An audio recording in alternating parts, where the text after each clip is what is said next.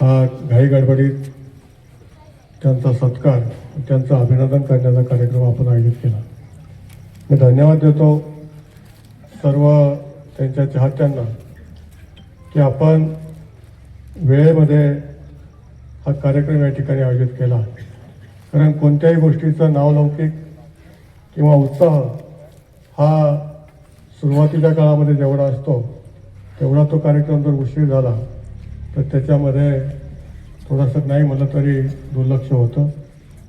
आज या निमित्तानं सर्व मान्यवरांनी भापकर साहेबांचं या ठिकाणी कोड कौतुक केलं आणि साहजिक आहे की आपल्या जीवनाचे निम्म आयुष्य सामाजिक आणि लोकसेवेसाठी व्यक्त करत असताना देत असताना ज्या पद्धतीनं भाऊसाहेबांनी काम केलं, खरोखर आमचे राजकीय विचार जरी वेगळे असले, मार्ग जरी वेगळे असले, तरी पण मी पाहिलं की त्यांच्या विचारामध्ये, त्यांच्या कर्तबगारीमध्ये आणि त्यांच्या मनामध्ये असलेलं सामाजिक आणि राजकीय बांधिलकी ही कधी लपून राहिली नाही.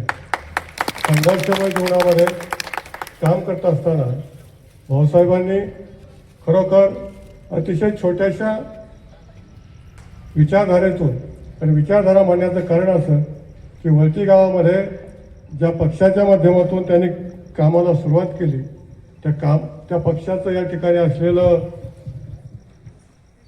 कार्यकर्ते हे खरोखर त्यांची असलेली संख्या मर्यादित असताना सुद्धा भाऊसाहेबांनी आपलं स्वतःचं जीवन पक्षासाठी म्हणा किंवा लोकसेवेसाठी झोकून दिलं आणि त्या माध्यमातून समाजसेवेला सुरुवात केली. राजकारण म्हणून समाजसेवेला सुरुवात करत असताना अतिशय मोठा संघर्ष त्यांनी त्या ठिकाणी केला.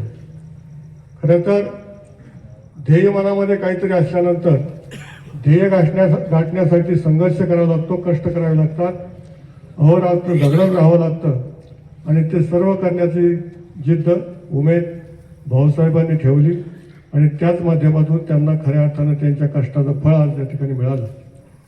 ग्रामस्थांनी असेल, त्यांच्या सर्व मित्रपरिवाराने असेल, एक चांगल्या प्रकारचं मदत करण्याचं काम त्यांना या माध्यमातून केलं आणि म्हणून सर्वांना जपण्याचं काम, सर्वांना बरोबर घेऊन जाण्याचं काम भाऊसाहेबांनी केलं. आणि हे करत असताना आपण ज्या मायभूमीतून सुरुवात केली त्या मायभूमीला विसरणार नाही किंवा विसरायचं नाही. त्या मायभूमीसाठी मध्ये सुद्धा काहीतरी आपलं योगदान असावं म्हणून सातत्यानं गावच्या विकासामध्ये त्यांचं असलेलं योगदान नक्कीच नोंद घेण्यासारखं आहे. याच्यामध्ये कुठल्याही प्रकारची शंका असण्याचं कारण नाही.